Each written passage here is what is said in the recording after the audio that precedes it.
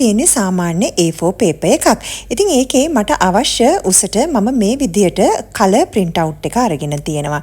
ඉතින් මේ තියෙන්නේ අඟල් 4ක් උස, මේ තියෙන්නේ අඟල් 4මාරක් උස. ඉතින් ඔයාගේ කේක් එකේ ප්‍රමාණය අනුව ඔයාලා topper එකේ උස decide කරගන්න පුළුවන්.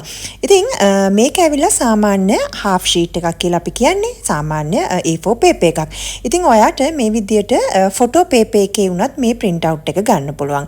ඉතින් bookshop එකකින් ඔයා මේ print out එක ගන්නවා නම් එයාලා දන්නවා. ඉතින් මම අදරන් තියෙන්නේ සාමාන්‍ය A4 paper එකක print out එකක්. ඉතින් මම මුලින්ම මට අවශ්‍ය පින්තූරය මේ විදියට කපලා අයින් කරගන්නවා.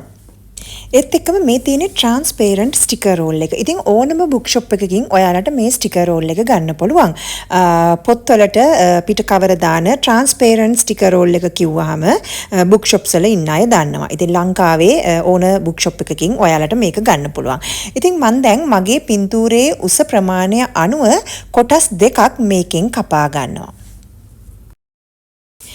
පින්තූරේ ප්‍රමාණයට මම ස්ටිකර් කෑලි දෙක කපා ගත්තා. ඊට පස්සේ එකක් අරගෙන මම ඒකේ ස්ටිකර් එක ගලවලා මේ විදියට පින්තූරේ උඩ පැත්තේ අලව ගන්නවා. ඉතින් මේ විදියට ඔයාලට පින්තූරේ අනිත් පැත්තෙත් මේ අනිත් ස්ටිකර් එක අලවලා මෙන්න මේ කේක් එකේ විදියට ඔයාලට හදා ගන්න පුළුවන්. ඉතින් එහෙමත් නැත්නම් ඔයාලා අපි හිතමු කප් කේක් টොපර් එකක් විදියට මේක හදනවා කියලා. ඉතින් කප් කේක් টොපර් එකක් විදියට ඔයාලට හදන්න ඕන නම් මෙන්න මේ වගේ ටූත් පික් එකක් අරගෙන මේ පින්තූරේ පිටිපස්සෙන් ටූත් පික් එක තියලා ඊට පස්සේ පිටිපස්සේ ස්ටිකර් එක ඔයාට අලව ගන්න පුළුවන්. ඉතින් මෙන්න මේ විදියට හදාගත්තොත් මේ පින්තූරේ වටේ කපාගෙන ඔයාලට මෙන්න මේක කප් කේක් টොපර් එකක් විදියට භාවිතා කරන්නත් පුළුවන්. එහෙම නැත්නම් කේක් එකට උඩට ගහන টොපර් එකක් විදියට භාවිතා කරන්න පුළුවන්. අද මේ টොපර් එක මම කේක් එක ඉස්සරහා අලවන්න හදන টොපර් එකක් නිසා මේ විදියට දෙපැත්ත විතරක් අලවගෙන පින්තූරයේ වටේ මේ විදියට කපා ගන්නවා.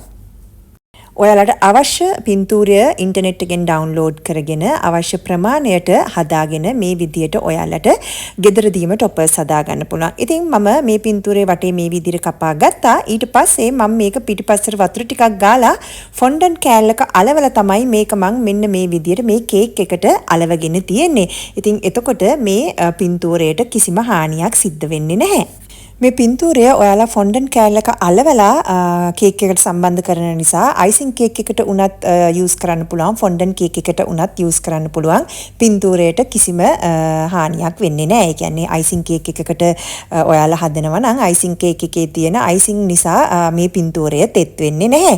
ඉතින් එහෙනම් මම හිතනවා මේ වීඩියෝ එකත් ඔයාලට ප්‍රයෝජනවත් වෙයි කියලා. ගිහින් එන්නම්. ඔයාලට සුබ දවසක්.